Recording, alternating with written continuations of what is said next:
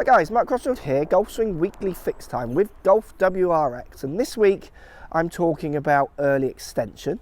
I'm talking about what people refer to as closed club faces, maybe in the backswing, and the relationship I see between the two so commonly for students and people sending me swings. So loads to do, let's get stuck in.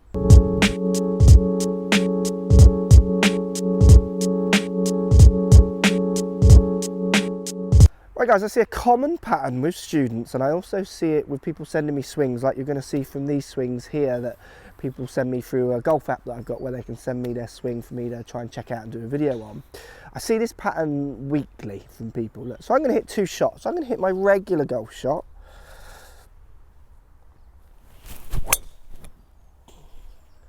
Okay, not bad, slight push, but it'll hit most fairways. And now I'm going to hit a second shot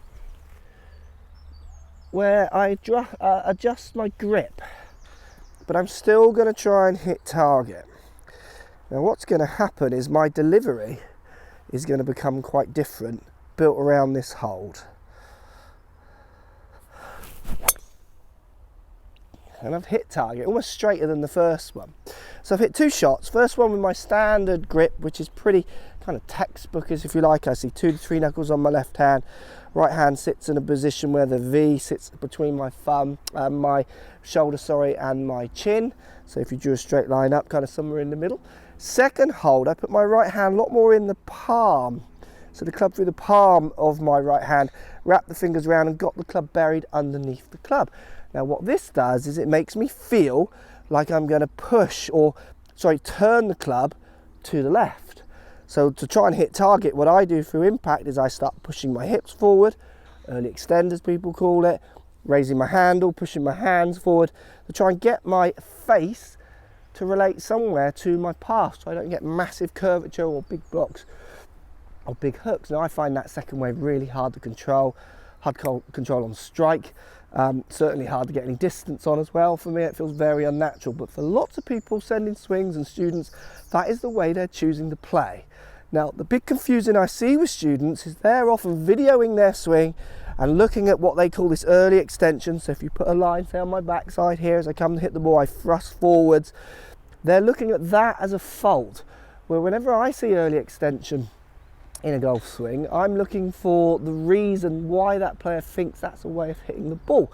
The most common reason I see is when they take the club back, they somehow get the club twisting this way, so where the face starts to point more down at the ground. Top of the backswing, face points more up to the sky. Most common reason for that, you've got your famous DJ, Dustin Johnson, who uses his left wrist to do that. Don't see him do, or many students do that at all. What I tend to see more often than not is people using their right hand, how I did, underneath the club. That tends to encourage more of a twisting of the face into this much more less lofted position as it swings around your body. Then to hit the ball, to try and have it not pointing way left with no loft, they start trying to add loft and add some straightness to the face by pushing that handle up. If I push that handle up, much easier done if I start to push my body in. So the early extension is often very much a cause, going back off onto the root through the grip, and then the twisting of that club around the axis of the shaft. That's the most common connection. I see it week in, week out. I do it so much with students. Now, the fix. I get lots of students who say this, and I say to them, have you ever tried changing your grip? Oh yeah, I know I've got a strong grip, they say. So they know that their right hand's in the wrong place. But whenever I change it, ball tends to go miles right and I can't play with it. So the big thing you've got to do if you're going to try and fix this or try and play with it and improve on it, you've got to do two things at once. Because if you do just go and put the right hand in the position, say where I put it, and then you deliver your handle high like you are doing, push your hips way forward, then your face will point way right because you haven't got that twist to recover you that you put in from your grip.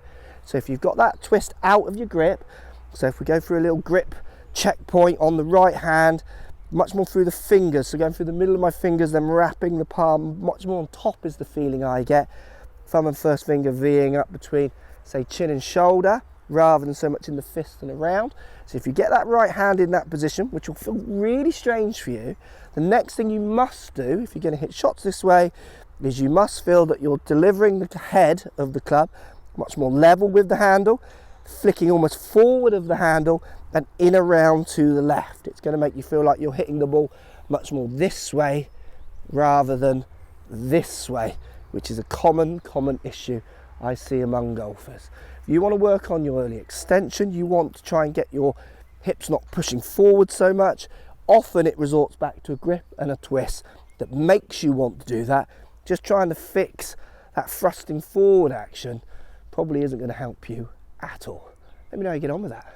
Right, so we've got some questions coming through from the audience. Great for everyone posting the questions. Thanks for watching.